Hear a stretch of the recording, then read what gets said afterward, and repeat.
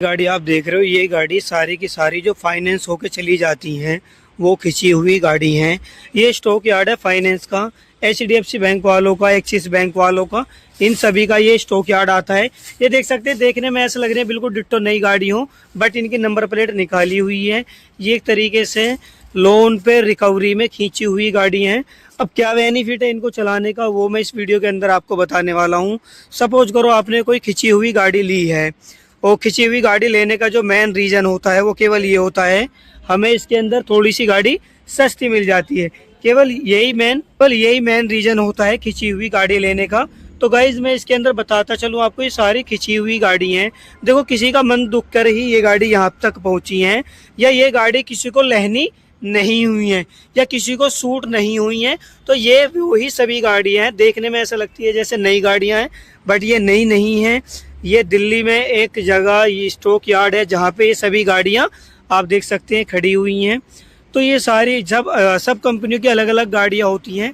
ये देखिए, ये यहाँ पे सब कंपनियों की अलग अलग गाड़ियाँ हैं, जिसके अंदर आपको देखने को मिलेगा Brezza, Ertiga, Tata Altroz, Seltos, ये होंडा की वेन्यू है, डिज़ायर है। ये सभी गाड़ियाँ इसके अंदर आपको देखने को मिलेंगी। अब ये गाड़ियाँ होती कैसे हैं, किस तरीके से इनका पर्पज़ है, ये मैं बता देता हूँ। सपोज करो अगर जैसे मानने के तौर पे कोई दिनेश नाम का कस्टमर है, दिनेश नाम के कस्टमर ने अपनी गाड़ी फाइनेंस कराई, और फाइनेंस कराने के बाद डाउन पेमेंट जमा करी, और डाउन पेमेंट जमा करने के बाद वो अपनी गाड़ी यहाँ से ले गया। तो वो गाड़ी तो यहाँ से ले जाएगा शोरूम से, यानी कि उसने डिलीवरी ले ली फाइनेंस करा के दिनेश नाम के कस्टमर ने। अब उसने क्या करा, 4 से 6 EMI दी, और उसके बाद में उसका जो बजट ख़राब होता हुआ चला गया। वहाँ पे क्या होता है, उसकी जो EMI है वो डाउन होती चली जाती हैं, वो टूटती चली जाती हैं, वो नहीं मिल पाती हैं EMI, यानी कि उसका बजट नहीं लगता है EMI पे करने का। तो उस कंडीशन में क्या होता है, बैंक रिकवरी करने के तौर पर इन गाड़ियों को यहीं से ही सड़क से उठा लेता है, किसी के घर के सामने से उठा लेता है, किसी को होटल से उठा लेता है, किसी को जॉब पे जाते हुए लड़के को पकड़ लेता है। क्योंकि बैंक को क्या करना होता है, बैंक को चाहता है इंटरेस्ट कमाना। बैंक का मेन मोटिव होता है प्रॉफिट, और प्रॉफिट करने के लिए बैंक ही ये सारे कार्य करता है। रिकवरी करते करते बैंक यहाँ तक पहुँच जाता है, तो बैंक का ये पूरा स्टॉक यार्ड जो है एक तरीके से भर जाता है, यानी कि कलेक्शन पूरी तरीके से हो जाता है। अब इस कलेक्शन के लिए भी बैंक क्या करता है, पहला जो कस्टमर होता है उससे सेटलमेंट करता है।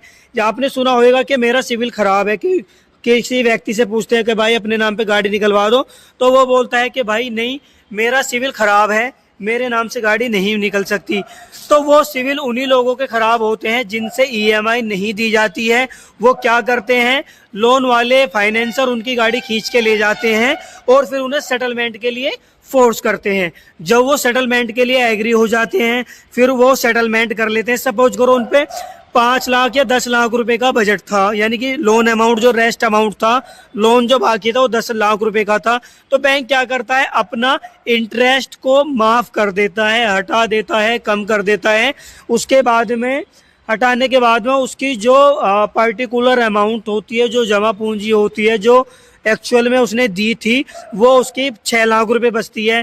तो बैंक क्या काम करता है, 6 लाख रुपए दे देता है, यानी कि कस्टमर से 6 लाख रुपए लेकर उसका सेटलमेंट कर लेता है। या 4 लाख रुपए बचते हैं, या 3 लाख रुपए जो रहते हैं, तो उनका पैसे लेके उनका सेटलमेंट कर लेता है। तो बैंक ये करता है। अब वो जब सेटलमेंट हो जाता है, तो उस पहले कैंडिडेट जो पहला कस्टमर था उसका सिविल डाउन हो गया, उसका ऑटो लोन में डिफॉल्टर हो गया। अब कभी उसके नाम पे 2 wheeler, 4 wheeler, 6 wheeler, 8 wheeler, 10 wheeler कोई गाड़ी उसके नाम पे फाइनेंस नहीं होगी। यहाँ तक कि सबसे लोवेस्ट जो सिविल स्कोर होता है उनका जो फाइनेंस करता है वो धारा मोटर करता है।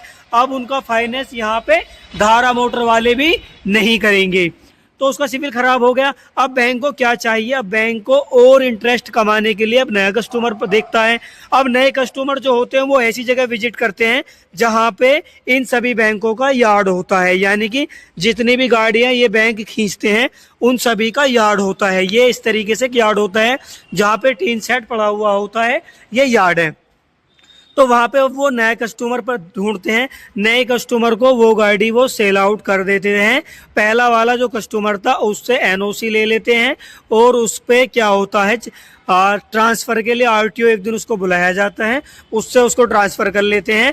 तो यहाँ पे आपको कुछ सस्ती तो गाड़ी मिल जाएगी, but value for money product अगर आप ढूंढ रहे हैं तो वो यार्ड से नहीं मिलता है। वैल्यू फॉर मनी प्रोडक्ट अगर कोई मिलता है तो वो न्यू कार ही परचेस करें, तो वो ही सबसे बेस्ट रहता है, क्योंकि ये फाइनेंस द्वारा खींची गई सभी गाड़ियां हैं। तो गाइज ये सही नहीं होती हैं, ये इस तरीके से है।